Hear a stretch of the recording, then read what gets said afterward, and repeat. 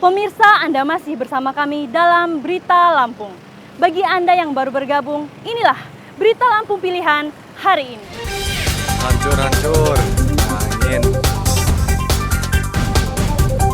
SD Gunung Keramat. Sebuah SD dan rumah warga di Abung Semuli, Lampung Utara porak-poranda diterjang angin puting beliung.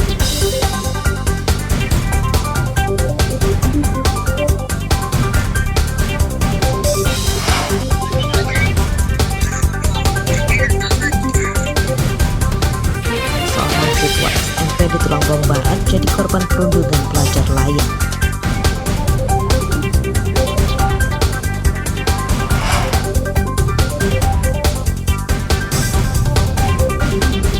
Seorang bayi laki-laki di Lampung Selatan meninggal dunia diduga akibat menderita stunting.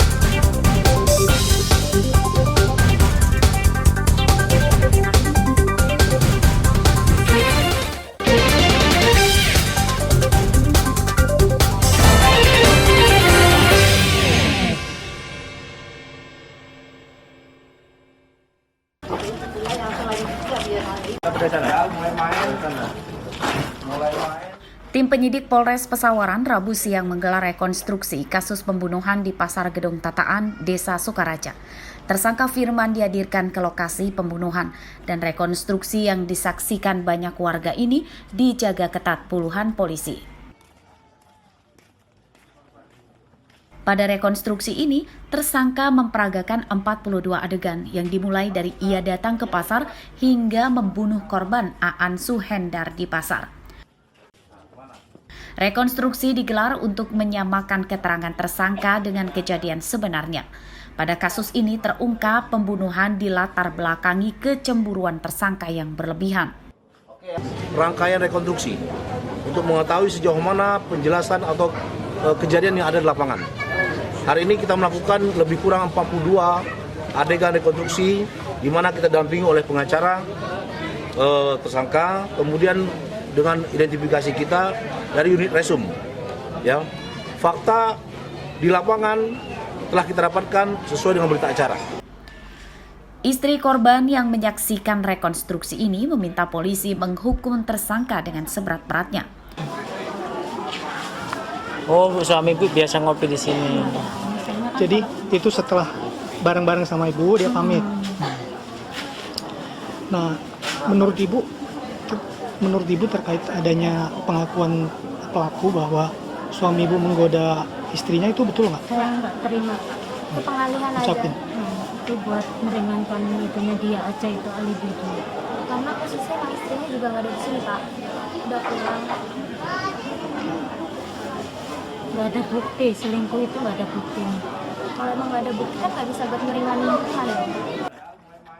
Pada kasus ini, polisi tidak mendapati adanya pembunuhan berencana dan polisi menjerat tersangka dengan pasal 351 KUHP ayat 3 dengan ancaman hukuman 7 tahun penjara. Andri Kurniawan melaporkan dari Pesawaran.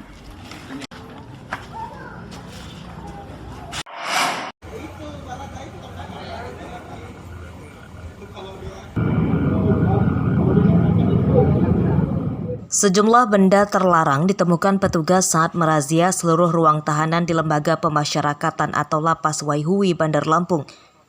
Benda-benda tersebut seperti pisau, besi, gunting kuku, kabel hingga botol beling itu disita. Para narapidana turut digeledah. Petugas juga melakukan tes urin secara acak kepada para narapidana. 20 orang yang dites urin hasilnya seluruhnya negatif mengonsumsi narkoba. Pada razia ini tidak menemukan narkoba dan ponsel yang disimpan para narapidana. Untuk yang rutin, razia rutin kita agendakan minimal sebulan sekali untuk yang rutin. Tetapi yang insidentil kita lihat kondisi, karena kita kondisi lapas ini kita bersama bisa berubah-ubah seketika. Apabila kita rasa ada hal yang mencurigakan, kita segera lakukan razia. Razia akan terus dilakukan secara berkala guna mencegah masuk dan beredarnya narkotika dan benda-benda yang dilarang masuk lapas. Arsadi Saputra melaporkan dari Bandar Lampung.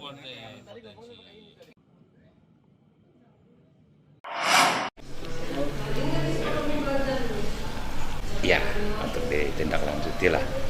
Seorang perempuan berinisial RT yang sebagai joki pada pendaftaran calon pegawai negeri sipil atau CPNS ditangkap petugas Kejaksaan Tinggi Lampung. Tersangka terpergok saat menjadi joki atau peran pengganti untuk mendapatkan PIN pada tes kompetensi dasar dengan nama salah satu pendaftar CPNS. Kasus ini terungkap setelah identitas wajah tersangka ditolak oleh aplikasi CPNS karena tidak sesuai dengan data identitas pendaftar yang sebenarnya. Pada pemeriksaan awal, tersangka RT menyatakan bahwa belum mendapatkan upah dari orang yang menyuruhnya. Ia mengaku hanya menolong orang yang menyuruhnya karena sedang berhalangan hadir menemui panitia tes CPNS untuk registrasi mendapatkan PIN tes SKD. Mengamankan seorang joki perempuan berinisial RT pada saat itu sedang melakukan registrasi, di mana pada saat melakukan registrasi wajahnya tuh ditolak oleh aplikasi sehingga menimbulkan kecurigaan dari tim panitia. Pada saat dicocokkan data ternyata ditemukan adanya KTP yang sama. Tim penyidik Kejaksaan Tinggi melimpahkan kasus ini ke Polda Lampung.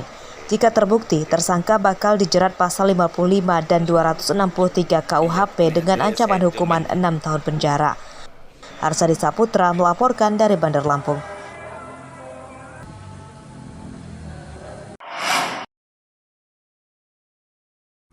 Seorang bayi laki-laki bernama Ferdiansyah Putra yang lahir dengan berat badan rendah atau di bawah normal 1,4 kg meninggal dunia di usia 34 hari.